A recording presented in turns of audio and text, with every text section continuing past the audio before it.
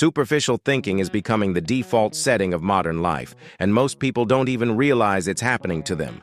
The ability to focus isn't a superpower. That's the first lie that needs to die. What separates people who create remarkable work from those who spend years running in circles is not talent, intelligence, or luck. It's the refusal to live on the surface. While millions chase productivity hacks and search for shortcuts, they ignore the one skill that quietly determines the quality of everything they build, earn, learn, and become. The warning hidden behind those 4 rules for focus is far more serious than it appears. Attention is being pulled apart in dozens of directions every day, and the damage doesn't show up immediately. It shows up years later through missed opportunities, unfinished projects, average results, and the uncomfortable feeling that enormous effort somehow produced very little progress. The dangerous part is that this process feels normal because almost everyone is living the same way. In deep work, Cal Newport exposes a reality that most people never stop to examine. The modern world has convinced us that constant responsiveness is valuable. It praises availability, rewards interruption, and celebrates busyness. Yet the people producing the most meaningful work often operate by completely different rules. They protect their attention with an intensity that seems unusual until the results begin to appear. A fragmented mind rarely notices what it is losing. Creativity weakens. Decision-making becomes reactive. Learning slows down. Ambitious goals remain permanently out of reach because deep thinking never lasts long enough to transform ideas into reality. What feels like harmless distraction slowly becomes a lifestyle. The uncomfortable truth is that the greatest threat to success today is not competition. It is the inability to stay with something important long enough to master it. Over the next few chapters, you'll see why this is happening, who benefits from it, and why the people gaining the biggest advantage in today's world are not necessarily working harder. They're simply operating at a depth most people abandoned years ago. The hidden cost of a fragmented mind. Time is not the resource most people are running out of. Attention is. That sounds harmless until you notice what daily life has become. A task begins. A notification appears. A conversation starts. A message arrives. A project demands concentration, but another tab opens, another thought enters, another distraction wins. Nothing seems serious enough to matter. Yet the real damage is not happening in those individual moments. It's happening in what those moments are training the mind to become. A fragmented mind struggles to stay with a problem long enough to understand it. It jumps between priorities, reacts instead of thinking, and slowly loses the ability to go deeper. The result is a strange contradiction. More information than ever, but less clarity. More activity than ever, but fewer meaningful results. This is why many people finish the day exhausted while feeling they accomplished very little. Energy was spent. Hours disappeared. Effort was real. But attention was scattered across so many directions that nothing received enough depth to create significant progress. The frightening part is that this process feels productive. Responding quickly feels productive. Checking updates feels productive. Staying constantly connected feels productive. Yet most of it creates movement without momentum. Meanwhile, the people producing exceptional work are often doing something that looks boring from the outside. They spend long periods focused on one thing.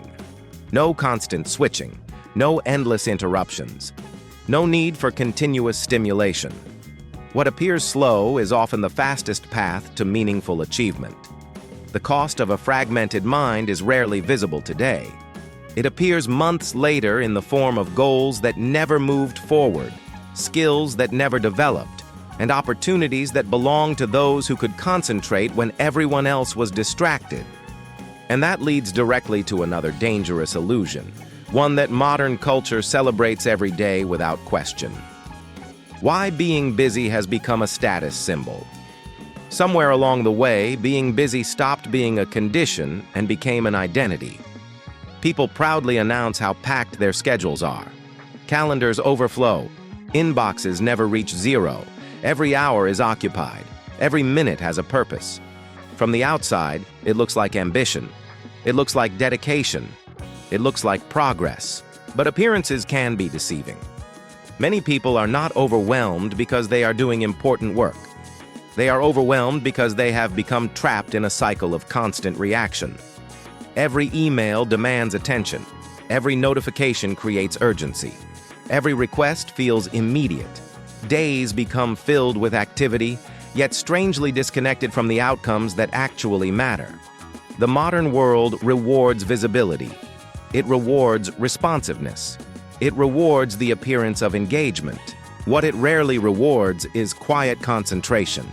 Sitting alone and thinking deeply about a difficult problem does not generate instant recognition. There are no notifications for that, no applause, no visible signs of effort. As a result, many people unconsciously choose tasks that make them feel productive instead of tasks that create value.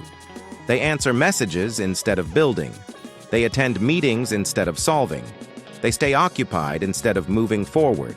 This is why two people can work the same number of hours and end up with completely different results. One spends the day reacting to demands created by others. The other spends the day advancing something meaningful that compounds over time. The difference is not effort. The difference is direction. Busyness creates the comforting illusion that something important is happening. Deep achievement requires the courage to step away from that illusion and focus on work that may not produce immediate rewards, but creates extraordinary results later. Unfortunately, there is a reason this trap has become so common. Entire industries have been designed to make sure attention remains divided, scattered, and constantly available. The attention economy is profiting from your distraction. Distraction is often treated as a personal weakness. In reality, it has become one of the most valuable products in the world. Every time attention shifts from one thing to another, someone benefits. Not because people are malicious, but because modern business models are built around one simple objective: keeping eyes engaged for as long as possible. The longer attention stays captured, the more opportunities exist to influence decisions, shape behavior, and generate profit. This changes the way distraction should be viewed. The constant pull towards something new is not always a lack of discipline. It is the result of living inside an environment engineered to compete for every spare second of attention. News feeds refresh endlessly. Content never stops. Recommendations appear before a decision is even made. Silence has become rare because interruption has become profitable. The consequence is subtle. Many people believe they are making independent choices throughout the day. In reality, large portions of their attention are being directed by systems specifically designed to keep them engaged. Hours disappear in fragments so small they barely seem noticeable. A few minutes here, a quick check there, another glance later. By the end of the week, entire blocks of potential focus have vanished. The greatest loss is not time. It is control. Because the moment attention is constantly dictated by external triggers, the ability to direct it toward meaningful goals begins to weaken. Deep thinking becomes uncomfortable. Long-term projects feel harder.